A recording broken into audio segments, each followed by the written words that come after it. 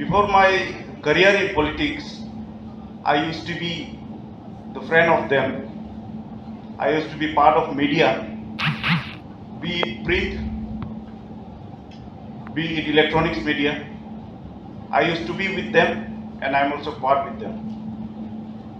Today, I feel very proud that my fellow brothers are here. They will seek knowledge, they will learn something new here in this university, in this institute.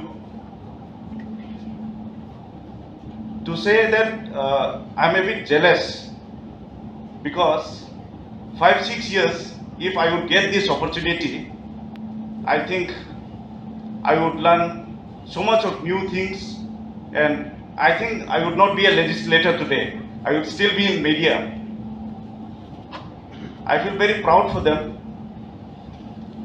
All the practitioners who came today, who registered for this workshop, I wish them all the very best.